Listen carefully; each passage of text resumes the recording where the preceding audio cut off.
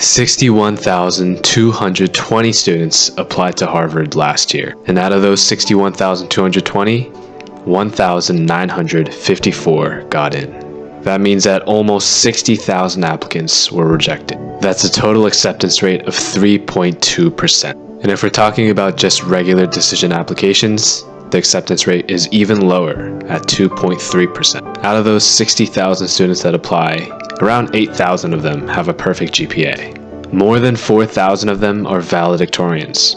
More than 18,000 of them get a 700 or above on the reading and writing section of the SAT. More than 20,000 of those students get a 700 or above on the math section of the SAT. Here's what 60,000 people look like, and here's what 2,000 looks like. In order to be part of this group, you need to beat 98% of this group. Yet it feels like all of our parents believe that we actually have a shot at Harvard.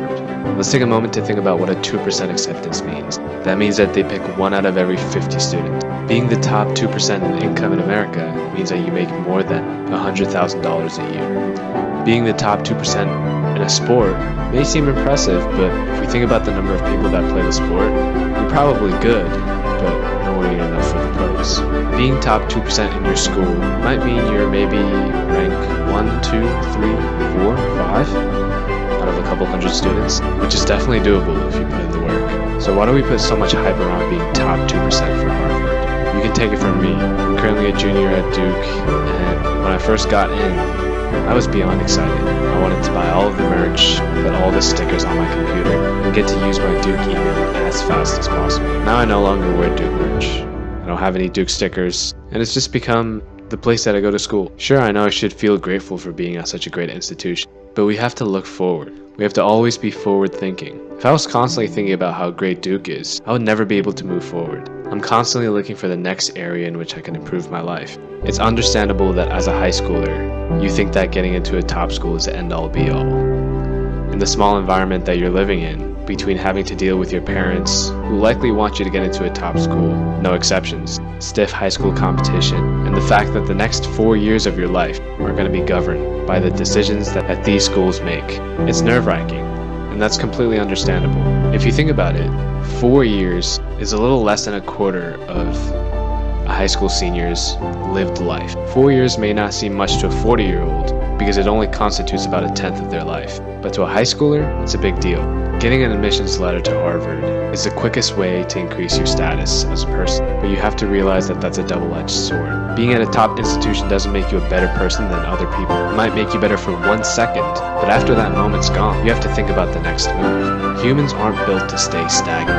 Harvard is great and all, but if you haven't done anything after Harvard, what kind of stories will you be able to tell your 4-year-old grandchild when you're 60? Sure, a lot of people say that it's a bad thing that the treadmill never ends, but in reality, that's what makes life good.